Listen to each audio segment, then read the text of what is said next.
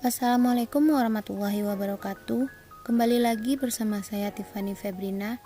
Kali ini saya akan membahas 3 materi sekaligus, yaitu materi yang pertama array, yang kedua fungsi, dan yang ketiga struktur.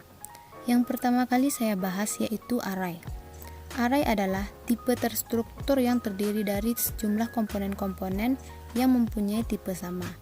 Array mempunyai banyak komponen yang jumlahnya tetap. Jumlah komponen suatu array ditunjukkan oleh suatu indeks untuk membedakan variabel yang satu dengan yang lainnya. Array memiliki 2 bagian, yaitu array berdimensi 1 dan array berdimensi 2. Array berdimensi 1 memiliki rumus yaitu tipe strip data, spasi, nama, underscore, variabel, ukuran. Tipe data di sini adalah tipe data yang akan digunakan. Untuk ukurannya menyatakan sejumlah maksimum elemen carry. Ini adalah contoh pendeklarasian array. Float di sini yaitu tipe data elemen array. Nil underscore akhir yaitu nama array. Dan yang angka 6 ini yaitu jumlah elemen array. Ini adalah contoh program dari array berdimensi 1. Dan sudah saya masukkan ke dalam aplikasi Borland C++. Mari kita run.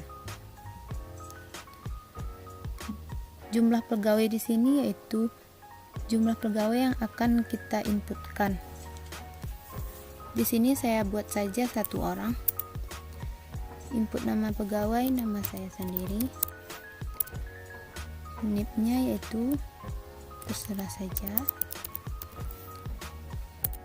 Dan ini adalah output dari masukkan nama pegawai tadi.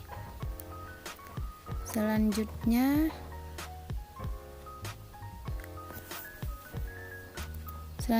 yaitu array berdimensi 2. Array dimensi 2 tersusun dalam bentuk baris dan kolom, di mana indeks pertama menunjukkan baris dan indeks kedua menunjukkan kolom. Rumus dari array berdimensi 2 yaitu tipe strip data, spasi, nama, underscore, variabel, indeks 1 dan indeks 2. Keterangannya, tipe data di sini untuk menyatakan tipe data yang akan digunakan. Indeks 1 untuk menyatakan jumlah baris dan indeks 2 untuk menyatakan jumlah kolom. Ini adalah contoh dari pendeklarasian array berdimensi 2. In di sini adalah tipe data elemen array. Data yaitu nama array. Angka 3 di sini yaitu jumlah baris, dan yang angka 31 lagi yaitu jumlah kolom. Dan ini contoh dari program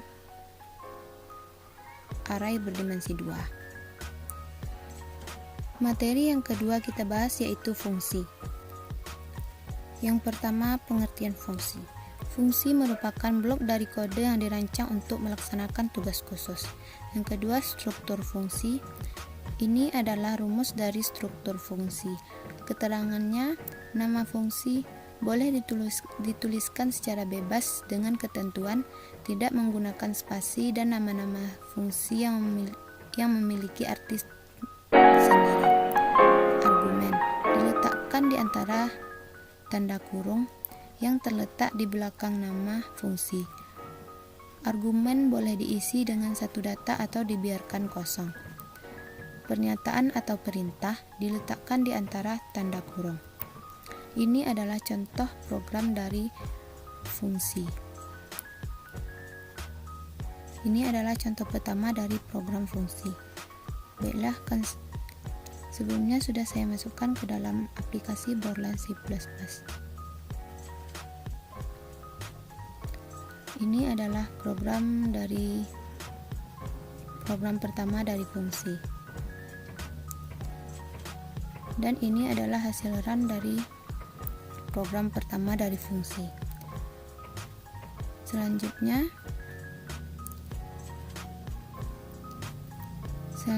yaitu Prototipe dan parameter fungsi.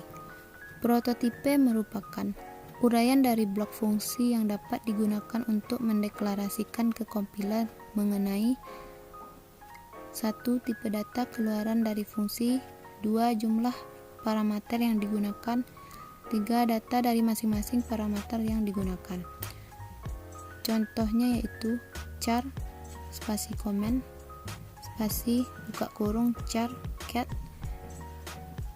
kurung 30, in n tutup kurung dan titik koma.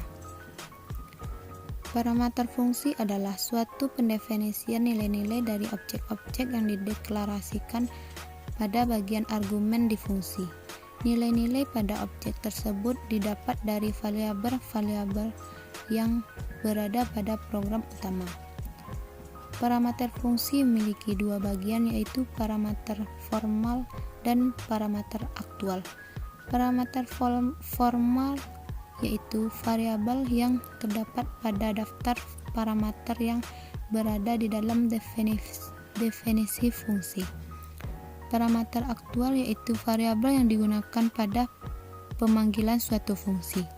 Ini adalah rumus dari parameter formal dan parameter aktual. Ini adalah contoh program fungsi yang ketiga.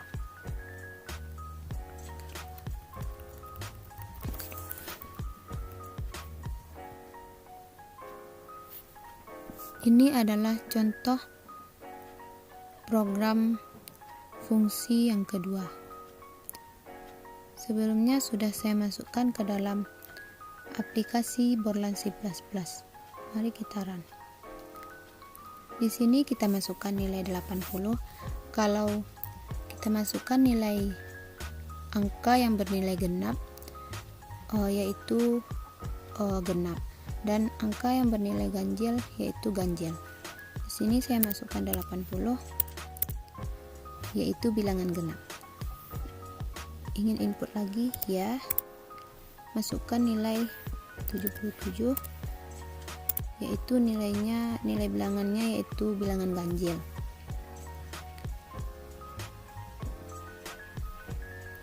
Selanjutnya, fungsi pengembali nilai atau return digunakan untuk mengirimkan nilai atau nilai dari suatu fungsi kepada fungsi lain yang memanggilnya. Pernyataan return diikuti oleh argumen berupa nilai yang akan dikirimkan.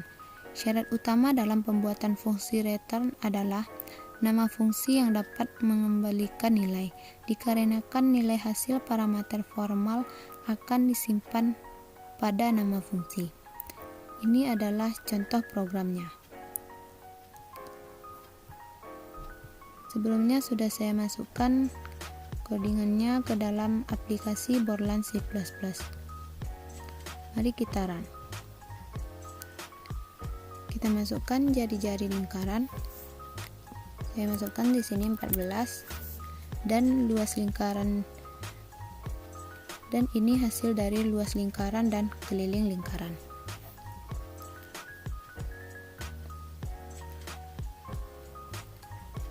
Selanjutnya, materi struktur.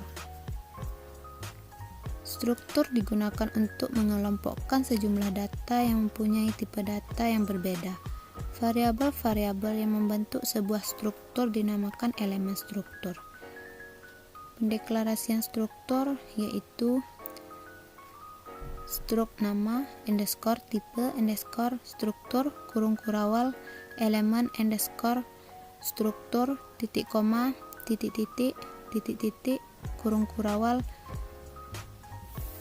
titik koma, atau struk kurung kurawal elemen underscore struktur titik koma titik-titik titik-titik kurung kurawal tutup nama underscore tipe underscore struktur titik koma. Ini adalah contoh program pertama dari struktur. Sebelumnya sudah saya masukkan ke dalam aplikasi Borland C++. Mari kita run. Kita masukkan NIM 190453, yaitu nama saya, nilai akhir 90, dan ini hasil output yang telah saya masukkan tadi.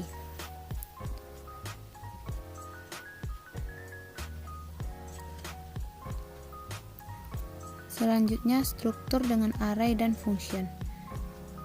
Rumusnya yaitu struct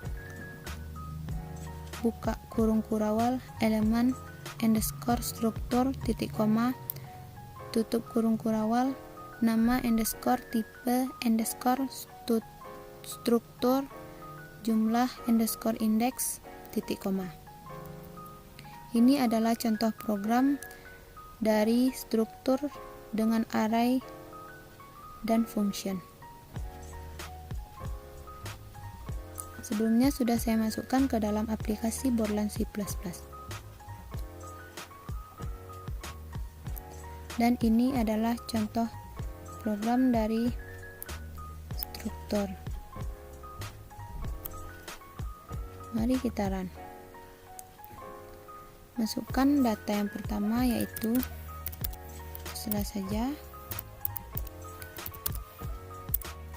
nilai akhirnya 90. Data yang kedua, nama mahasiswa saya buat saja di sini tidak. Nilai akhirnya 80. Dan ini adalah hasil output dari data yang telah saya masukkan tadi.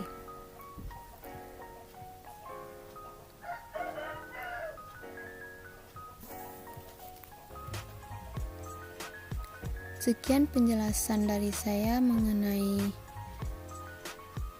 materi array, fungsi, dan struktur.